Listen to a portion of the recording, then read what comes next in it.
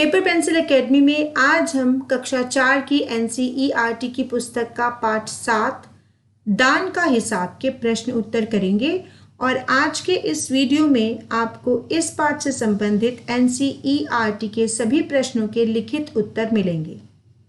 तो वीडियो में आगे बढ़ते हैं और देखते हैं दान का हिसाब का पहला प्रश्न कहानी से।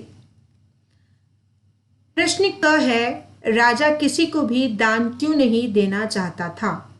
और इस प्रश्न का उत्तर होगा, राजा बहुत कंजूस था। उसका मानना था कि यदि वह दान देगा तो उसका राजकोष खाली हो जाएगा, अतः वह दान नहीं देना चाहता था। अगले प्रश्न की तरफ बढ़ते हैं बच्चों। प्रश्न ख, राज दरबार के लोग मन ही मन राजा को बुरा कहते थे, लेकिन वे राजा का विरोध क्यों नहीं कर पाते थे? और इस प्रश्न का उत्तर आप कुछ इस तरह से लिखिए। राज दरबार के लोग मन ही मन यह जानते थे कि राजा बुरा है, लेकिन फिर भी वह राजा का विरोध राजा के समक्ष अर्थात राजा के सामने नहीं कर पाते, क्योंकि उन्हें हमेशा इस बात का डर रहता था कि ऐसा करने पर राजा उन्हें दंड देगा। दंड से बचने के लिए, दंड अर्थात सजा से बचने के लिए वह राजा का विरोध नहीं करते थे। प्रश्न ग की तरफ बढ़ते हैं। प्रश्न ग है, राजसभा में सज्जन और विद्वान लोग क्यों नहीं जाते थे? तो इसका उत्तर होगा बच्चों, राजसभा में सज्जन और विद्वान लोगों का आदर सत्कार नहीं होता था, इसलिए वे राजसभा में नहीं जाते थे। प्रश्न घ है, सन्यासी ने सीधे सीधे शब्दों में भिक्षा क्यों नहीं मांग ली? और इस प्रश्न का उत्तर आप इस तरह से लिख सकते हैं। सन्यासी बहुत चतुर था। वह जानता था कि यदि वह सीधे सीधे शब्दों में राजा से भिक्षा मांगेगा तो राजा कभी भी इतनी बड़ी धनराशि का दान नहीं देगा। इसलिए उसने इस तरीके से भिक्षा मांगी कि राजा मूर्ख बन गया और उसने एक बड़ी धनराशि को मामूली समझकर भिक्षा देना स्वीकार कर लिया। अगला प्रश्न है, राजा को सन्यासी के आगे गिड़गिड़ाने की जरूरत क्यों पड़ी? इस प्रश्न का उत्तर इस तरह से लिख सकते हैं। राजा ने सन्यासी को भिक्षा देने का वचन दे दिया था, लेकिन भंडारी के अनुसार भिक्षा के रूप में राजकोष से 10 लाख रुपए की रकम निकल जाने वाली थी। इससे राजा दिवालिया होने वाला था। दिवालिया अर्थात कंगाल होने वाला था। अतः राजा को अपने राजकोष को बचाने के लिए सन्यासी के सामने गिड़गिड़ाना पड़ा। अंदाज अपना अपना। तुम नीचे दिए गए वाक्यों को किस तरह कहोगे? पहला वाक्य है, दान के वक्त उनकी मुट्ठी बंद हो जाती थी। इस वाक्य को आप इस तरह से भी कह सकते हैं, दान के वक्त वह हाथ खींच लेता था। अगला वाक्य है, हिसाब देखकर मंत्री का चेहरा फीका पड़ गया। इस वाक्य को आप इस तरह से भी लिख सकते हैं, हिसाब देखकर मंत्री के होश उड़ गए। यहाँ पर चेहरा फीका पड़ जाना का मतलब घबरा जाना है और होश उड़ जाना का मतलब भी घबरा जाना है। हमने वाक्य को अलग तरीके से लिखा है, बिना उसके अर्थ में कोई परिवर्तन किए। ग वाक्य है, सन्यासी की बात सुनकर सभी की जान में जान आई। और इस वाक्य को बिना इसके अर्थ के स्वरूप में बदलाव किए आप इस तरह से भी लिख सकते हो, सन्यासी की बात सुनकर सभी ने चैन की सांस ली। यहाँ पर जान में जान आई का अर्थ है राहत महसूस करना, उसी तरह से चैन की सांस लेना का अर्थ भी है राहत का अनुभव करना। अगले वाक्य की तरफ बढ़ते हैं। लाखों रुपए राजकोष में मौजूद हैं, जैसे धन का सागर हो। और इस वाक्य को कुछ इस तरह से लिखिए, राजकोष में अपार धन है। कहीं ना कहीं धन का सागर का अर्थ अपार धन होना ही होता है। तो इस वाक्य को बहुत ही सरल भाषा में आप इस तरह से लिख सकते हैं। जिम्मेदारी अपनी अपनी। तुम्हारे विचार से राज दरबार में किसकी क्या जिम्मेदारी होगी? जैसे मंत्री और भंडारी, तो सबसे पहले हम जानते हैं कि मंत्री की क्या जिम्मेदारी होती है। मंत्री राजा का दायां हाथ होता है। उसकी सलाह से ही राजकाज ठीक से चलता है।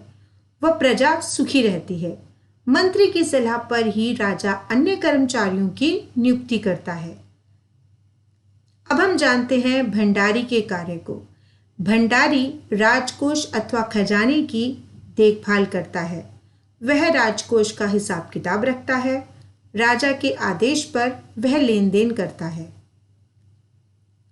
किन किन कारणों से लोग दान देते हैं? इस प्रश्न के उत्तर के लिए हमें उन कारणों को लिखना है जिसकी वजह से लोग अक्सर दान देते हैं। जैसे कुछ लोग पुण्य कमाने के लिए दान देते हैं। कुछ लोग समाज सेवा करने के लिए भी दान देते हैं।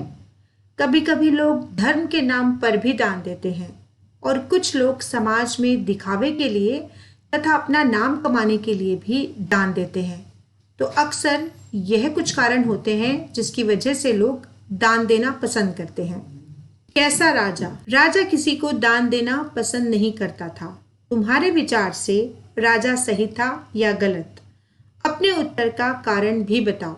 तो बच्चों, इस पूरी कहानी में यह ही बताया गया है कि राजा को दान देना बिल्कुल भी पसंद नहीं था और ऐसा करने का उसके पास एक कारण भी था। आपको क्या लगता है, राजा सही था या गलत? आपको जैसा भी लगता है, सही या गलत, आपको उसका कारण भी बताना है। आप इस प्रश्न का उत्तर कुछ इस तरह से लिख सकते हैं। हमारे विचार से राजा गलत था क्योंकि राज्य के लोगों की देखभाल और भरण पोषण की जिम्मेदारी राजा पर ही होती है। राजा के राजकोष की धन संपदा पर केवल राजा का अधिकार नहीं होता, बल्कि उस पर उस राज्य की जनता का भी अधिकार होता है। राजा राजकोष के धन को जनता की सुरक्षा तथा देखभाल के लिए इस्तेमाल कर सकता है। इसी शीर्षक का दूसरा प्रश्न है, राजा दान देने के अलावा और किन किन तरीकों से लोगों की सहायता कर सकता था? और इस प्रश्न का उत्तर इस तरह से लिखिए, राजा अनेक तरीकों से लोगों की मदद कर सकता है। वह लोगों में अनाज बंटवा सकता है। खाने पीने के साथ साथ राजा लोगों को जरूरत का सामान भी बंटवा सकता है। राजा राज्य में कुएं खुदवा सकता है, नहरों का निर्माण करवा सकता है। इससे लोगों को काम भी मिल जाएगा और वह भविष्य में अकाल की मार से भी बच जाएंगे। पूर्व और पूर्व। पूर्व सीमा के लोग भूखे प्यासे मरने लगे। पूर्व शब्द के दो अर्थ हैं। पूर्व एक दिशा और पूर्व का अर्थ होता है पहले। तो बच्चों, यहाँ पर पूर्व शब्द के दो अर्थ दिए गए हैं। पहले अर्थ में पूर्व को दिखाया गया है एक दिशा के रूप में जहां से सूर्य उगता है, और पूर्व का अर्थ होता है पहले। नीचे ऐसे ही कुछ शब्द दिए हैं जिनके दो दो अर्थ हैं। इनका प्रयोग करते हुए दो दो वाक्य बनाओ। अब हमें नीचे दिए गए शब्दों के वाक्य इस तरह से बनाने हैं जिससे वाक्य पढ़ते ही शब्द का भिन्न अर्थ आपको समझ में आ जाए। जैसे जल। पहला वाक्य बनेगा, गर्म पानी गिरने से राधा का पैर जल गया। और अधिक बरसात होने के कारण चारों ओर जल भर गया है। यहाँ पर शब्द एक ही है, लेकिन दोनों वाक्यों में वो अलग अलग अर्थ के रूप में इस्तेमाल किया गया है। उम्मीद है आपको यह बात समझ में आ गई होगी। अगले शब्द की तरफ बढ़ते हैं, मन।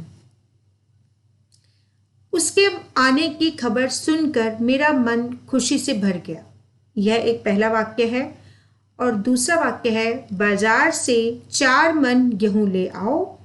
यहाँ पर मन शब्द का अर्थ अलग रूप से इस्तेमाल हुआ है। यहाँ पर एक तोल के रूप में मन शब्द का इस्तेमाल हुआ है। तो चलिए आगे बढ़ते हैं। अगला शब्द है मगर। इस नदी में बहुत तरह के मगर हैं। मगर अर्थात मगरमच्छ। और दूसरा वाक्य है, राकेश ने बहुत मेहनत की मगर वह प्रथम ना आ सका। मगर शब्द अर्थात तथापि वह प्रथम ना आ सका। तो यहाँ पर हमने मगर शब्द को दो भिन्न अर्थों के रूप में प्रयोग करके वाक्य का निर्माण किया है। उम्मीद है बच्चों आज का यह वीडियो आपके लिए हेल्पफुल रहा होगा। इसी तरह से बने रहिए पेपर पेंसिल एकेडमी के साथ। आज के इस वीडियो को अपना समय देने के लिए आपका बहुत बहुत धन्यवाद।